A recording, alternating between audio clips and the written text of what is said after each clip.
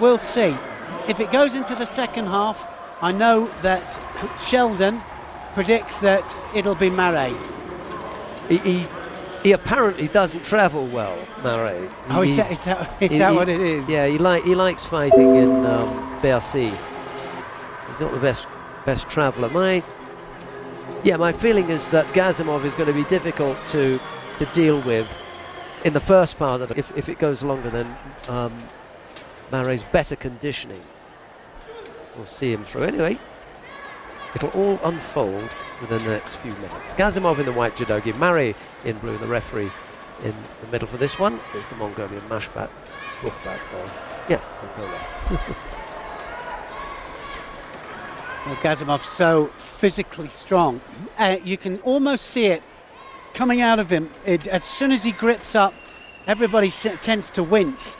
But to maintain that amount of power right the way through a 5-minute contest is extremely difficult.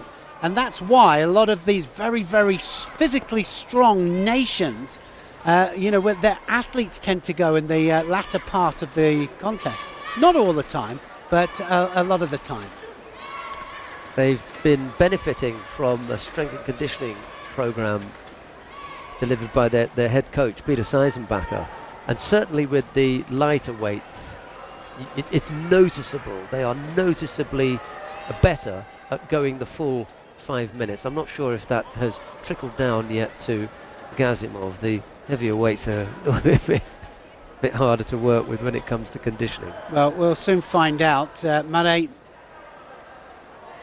has got good condition. He always carries on right to the end. Yoko Tominagi there from Maret. Didn't get any movement from Gasimov. I'd save that to the second part of the contest.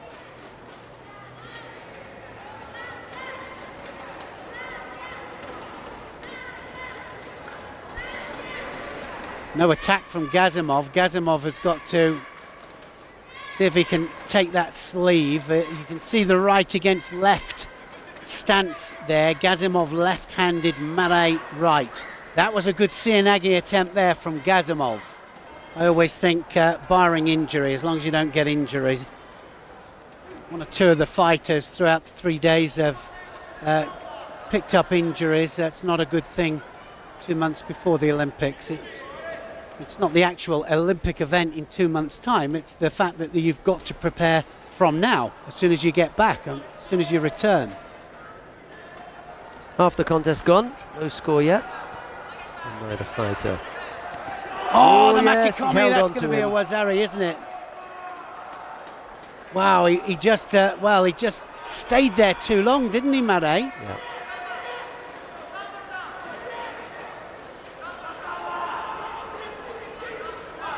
Well, has he got a strangle on there? I think it's got across the face.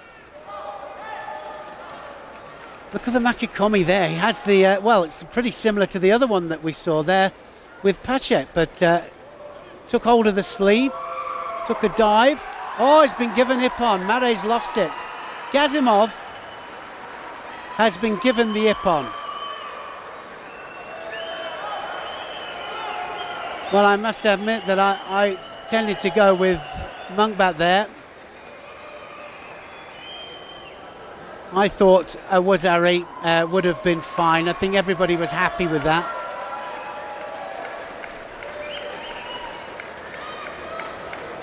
Even Gasimov doesn't really know what's happening. Well, I really believe he rolled, and what we've said is that anything that rolls onto the points of the shoulders is a Wazari. It's not an ippon. It has to hit the ground with force. Right, well, what will help us to determine whether it was ippon or not, or is a replay, because it happens very, very quickly. The referee thought, in his opinion, that it was Wazari. Our initial feeling was, yep, Wazari's good, but on replay, for whatever reason, the referee commission overturned that and said, no, that's ippon. So there must have been convincing evidence to say that he put him flat on his back. Well, you can't tell me he didn't roll there. So the second kind of stab at it, certainly a 50-50, isn't it? But anyway, ippon given. I've been told not to comment. No, it's okay. Go for it, but we've got some time because we've got the highlights and we've got nice angles here. Well, he certainly hit the mat with force, didn't he? He did. It's only when, I have to see it 5, 6, 7, 8 times, and then I think. And well, we kind of questioned whether it was, didn't we? But in the end, he did it early enough. That was the thing.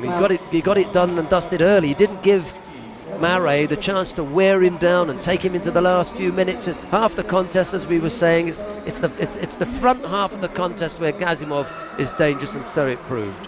He definitely did hit the mat with a thud, and Sheldon and I both admit that could have absolutely been a clean ippon. I'm not so sure about clean. It was probably in the greyish area as to Wazari or an ippon, but nevertheless, it was brilliant stuff from Gasimov and a well-deserved second gold medal for Azerbaijan. We talk about refereeing positions. Look at what back he's got to see.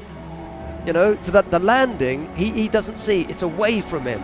Gasimov is covering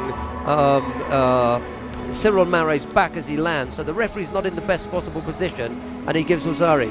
We, from our television angle, we say Wazari, and it's only on review 1, 2, 3 times that they decided. It took them a long time, didn't it, to decide, and then they came up with the ippon. Now the national anthem of Azerbaijan.